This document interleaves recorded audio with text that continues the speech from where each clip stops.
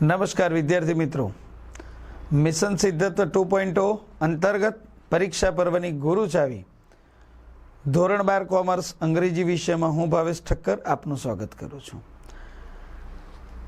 આપણો હવે પછીનો ટોપિક છે ઈમેલ રાઇટિંગ,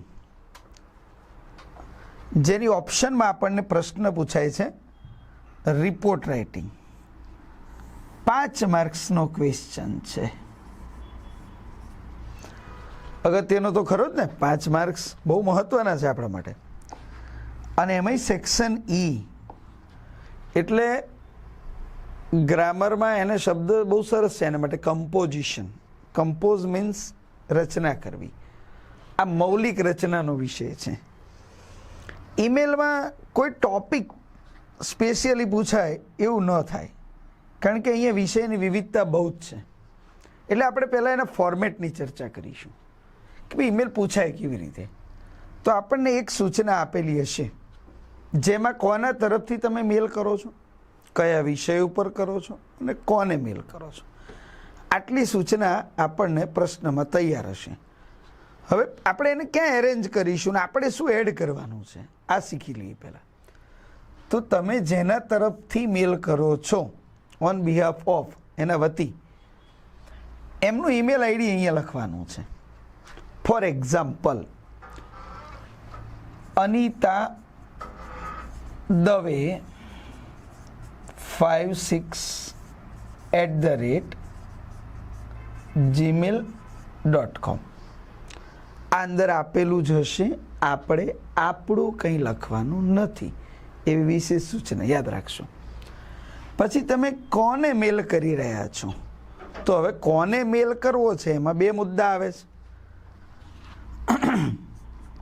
અમુક ઈમેલ છે ને ફોર્મલ હોય છે અને અમુક ઇનફોર્મલ.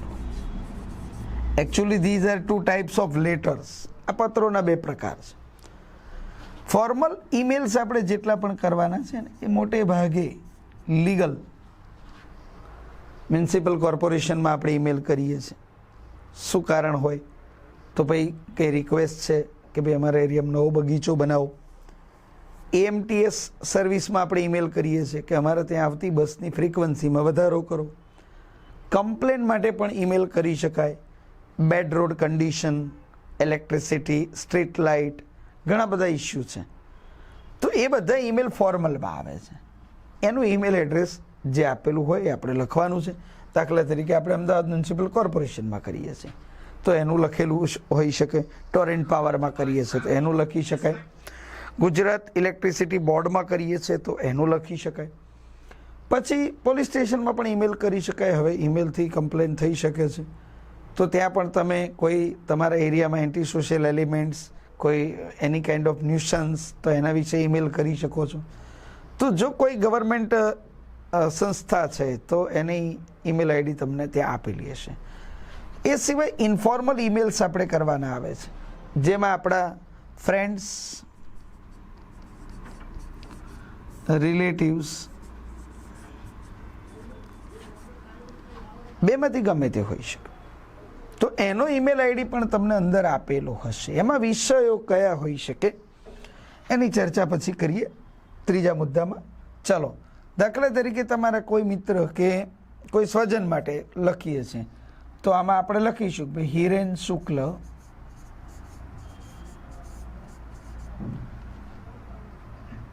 123@gmail.com.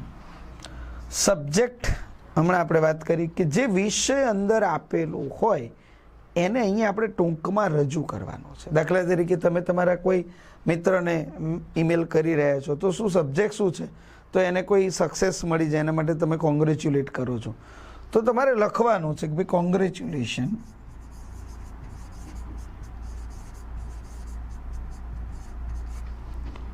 Four success. આ સબ્જેક્ટ થયો. એના પછી સંબોધન, એડ્રેસિંગ. તમે એને કેવી રીતે સંબોધન કરો છો તો મિત્રને છે તો તમે ત્યાં માય ડિયર લખી શકો છો. કઝિન છે, તમારા કોઈ રિલેટિવ બ્રધર સિસ્ટર, તો અહીંયા માય ડિયર શબ્દ લખી શકાય છે. પણ તમે ધારો કે ફોર્મલ લખો છો તો એના બદલે અહીંયા રિસ્પેક્ટેડ સર ઓર મેડમ, જે બી ઓથોરાઇઝ પર્સન હોય એને અનુસંધાનમાં આપણે સંબોધન કરવું પડે. એના પછી આપણે લખવાનું છે જેને બોડી પાર્ટ અથવા તો મેઇન ટેક્સ્ટ કહેવાય છે. આપણે કયા વિષય ઉપર ઈમેલ લખીએ છીએ એ વિષયના અનુસંધાનમાં અહીંયા આપણે ઈમેલના વાક્યો લખવાના છે. આખો ઈમેલ આપણે 100 શબ્દોમાં લખવાનો છે. એને ધ્યાનમાં રાખી અને આપણે અહીંયા લખાણ આપવાનું છે. હા, અમુક ઈમેલ એવા છે, દાખલા તરીકે તમે રેલવે ડિપાર્ટમેન્ટમાં મેલ કરો છો કે ભાઈ તમારી ટિકિટ તમે કોઈ કારણસર કેન્સલ કરી છે અને એનું રિફંડ આવ્યું નથી અને ઈમેલ કરો કમ્પ્લેન માટે, તો ત્યાં તમારે એક્સ્ટ્રા કંઈ નથી લખવાનું હતું. તમારો રેલવેનો PRN નંબર હોય છે, તમે કઈ ડેટમાં બુકિંગ કર્યું હતું, કેટલું પેમેન્ટ કર્યું છે, ક્યારે કેન્સલ કર્યું છે, કેન્સલેશનનો તમારી પાસે જે કંઈ પ્રૂફ સ્ક્રીનશોટ વગેરે હોય એ એટેચમેન્ટમાં મૂકી શકાય. અને હજુ સુધી રિફંડ મળ્યું નથી, બસ. આમાં કશું વધારાનું લખાતું નથી. તમે બેંકમાં ઈમેલ કરો છો એજ્યુકેશન લોન માટે, આપણે પૂછાય એવો મુદ્દો છે, તો ત્યાં તમારે તમારું અકાઉન્ટ આટલા વર્ષથી આ બેંકમાં છે અને મારું આ ટ્રાન્ઝેક્શન છે અને આ જરૂરિયાત છે, હું આ કોર્સમાં જોડાવાનો છું, જેની આ ફીસ છે વગેરે વગેરે, જે કંઈ ઇન્ફોર્મેશન આપણી પાસે અવેલેબલ હોય ને એ જ લખવાની છે. આમાં કશું વધારાનું નથી લખવાનું હતું. એટલે ઘણા વિદ્યાર્થીઓ એવું કરે છે, પછી ખેંચે છે, સ્ટ્રેચ કરે પોઈન્ટને, વધારાનું લખવાનું કોઈ જરૂર નથી. 100 શબ્દો એ માત્ર એટલા માટે આપી છે કે જ્યાં તમે ઇન્ફોર્મલ લખો છો ત્યાં વધારે પડતું ન લખતા ઓછું લખી શકાય, માપનું જરૂર છે એટલું.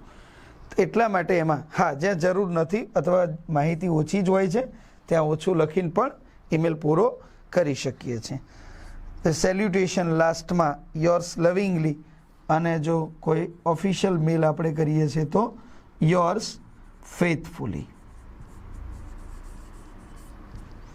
વાય કેપિટલ કરીએ છીએ, એફ સ્મોલ કરીએ છીએ, પાછળ અલ્પવિરામ ફરજિયાત કરવાનું, નીચે આપનું નામ ન લખાઈ જાય.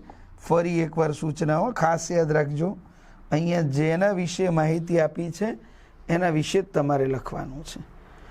હવે કયા કયા વિષય ઉપર પૂછી શકાય તો એની એક માહિતી આ આશરો છે હો. આમાં કઈ રીતે પૂછાય, કયા કયા વિષય ઉપર તમારે ઈમેલ પૂછાઈ શકે બોર્ડમાં, તમે સ્ક્રીનશોટ લેવો હોય તો લઈ શકો છો. IMP એવું કોઈ મથાળું નથી.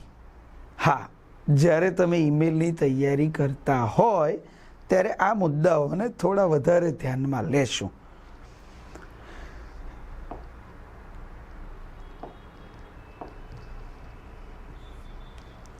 Replacement of mobile phone.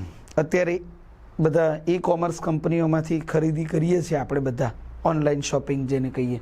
તમે કોઈ વસ્તુ મોબાઈલ ફોન મંગાવ્યો છે, નથી અનુકૂળ આવ્યો, તમારે ડિમાન્ડ પ્રમાણેની વસ્તુ નથી, ડિફેક્ટ છે કે તમને ગમતો નથી, કારણ આપવાનું હોય છે, જે હોય એ લખવું પડે.